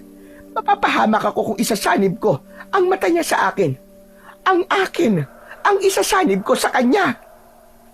Pero Lourdes, anong mangyayari sa'yo kapag naisanib mo na sa anak ko ang ikatlo mong mata? Hindi ka ba mamamatay? Hindi, Amadeo. Tuluyan lang na mawawalan na ako ng ikatlong mata. Pero ayos lang sa akin yun, Amadeo. Ang mahalaga, matalo natin ng tuluyan si Verdugo. Sabi ko nga, handa akong gawin ang lahat para matuldukan na ang kasamaan niya. At nang sa ganon, ay makapagbago buhay na rin ako. At mabuhay na tulad yung mga tao. Sige na, Amadeo, kumilos ka na. Hawakan mo ng maigi ang anak mo. Huwag mo siyang hahayaang makawala. Pigilan mo siya. Ngunit ang binabalak ni Aling Lourdes ay nahirapan pa silang isagawa pagkat nagpupumilit si Diego na makawala sa mahigpit na pagpigil ni Mang Amadeo. Halos maglaban pa silang mag-ama. Sinamantala rin yun ni na Verdugo at Mang Ninyong. Ano pat sinugod sila. Sinabi ko naman sa inyo, hindi kayo magtatagumpay sa binabalak ninyo. Mga usok kong itim, sugurin sila at pakawala ng batang berador. Kuyugin nyo rin ang babaeng aswang na yun. Huwag nyo silang tatantanan. Ikaw naman, Minyong. Tirahin mo ang amang berador. Huwag nyo silang tantanan habang siniseyuan ko ang mga kahinaan ko. Kumilos ka na! Hanggang sa ganun na nga ang nangyari. Kaya naman, talagang nahirapan sila Mang Amadeo, Aling Lourdes at Mang Nardo. Hanggang sa may naisip na paraan ang kaluluwang si Aling Cora. Habang nakikipaglaban si Aling Lourdes sa mga usok na itim ni Verdugo, ay tinatanong siya ni Aling Cora kung maaari siyang maging medium ng pagsasanib ng ikatlong mata ni Aling Lourdes kay Diego. Una ay nag-alinlangan pa si Aling Lourdes, pero bandang huli ay sinubukan din nila dahil kung wala silang gagawing iba ay talagang matatalo sila. Sa pamamagitan ng nalalaman niyang paraan ng pagsasalin ng kanyang ikatlong mata, kung kinakailangan ay isinalin yun ni Aling Lourdes kay Aling Cora. Siyempre ay walang kamalay-malay dito ang pinuno ng mga aswang na si Verdugo. Pagkatapos nito ay pabulong na tinuruan niya si Aling Cora kung paano yun isasanib kay Diego. Sige na, Cora. Gawin mo na kagad ang kailangan. Dalian mo habang may pagkakataon pang masilip ni Diego ang mga kahinaan ni Verdugo. Sige na, bilisan mo! Pero parang huli na ang lahat nang magsalita si Verdugo. Sa wakas! Sa wakas! Naselyuhan ko na ang mga kahinaan ko. Ngayon naman ay tatapusin ko na talaga kayong apat na mga parahas kayo. Mga mahihinang nilalang. Pagsisisihan yung nakaharap niyo ko ngayon. Dito ko na kayo ibabaon ng buhay. Nang punto namang yun ay naisanib na ni Aling Cora kay Diego ang ikatlong mata ni Aling Lourdes. Bunga nito, nanumbalik ang paningin niya at nawala na ang ilusyong nilikha ni Verdugo gamit ang kaluluwa ng kanyang inay. Kasunod naman ito ay nagliwanag ng kulay dalandan ang kanyang noo at parabang inuutusan siyang ipako ang tingin ng kanyang mas lumakas na ikatlong mata sa direksyon ni Verdugo. Sukat noon din ay parang nakikita ni Diego ang lahat ng alaala ni Verdugo. Naging posible ito sa kabila ng naselyuan na manasanan ni Verdugo pati ang mga alaala nito. Ngunit dahil nasaniban si Diego ng ikatlong mata ni Aling Lourdes ay nadoble pala ang kakayahan niyang pati ang pinakatatagong alaala ay makita o mabasa niya. Nanlaki ang mga mata ni Diego at pinamulahan ng muka dahil sa malalaswang mga alaala ni Verdugo na nakikita niya. Nandiri rin siya at halos masuka-suka. Teka, bakit anak? Sabihin mo, ano ba nangyayari sa'yo? Itay, alam ko na po ang kahinaan ng Verdugong yan, Tay. Alam ko na po. Pagkatapos nun, ibinulong na lang ni Diego sa ama niyang si Amadeo ang sikretong pagkatao ni Verdugo. Matapos naman yung marinig ni Amadeo, una ay hindi siya makapaniwala. Pero bandang huli ay napangisi na lang habang parang nanunudyong tinapunan ng tingin si Berdugo.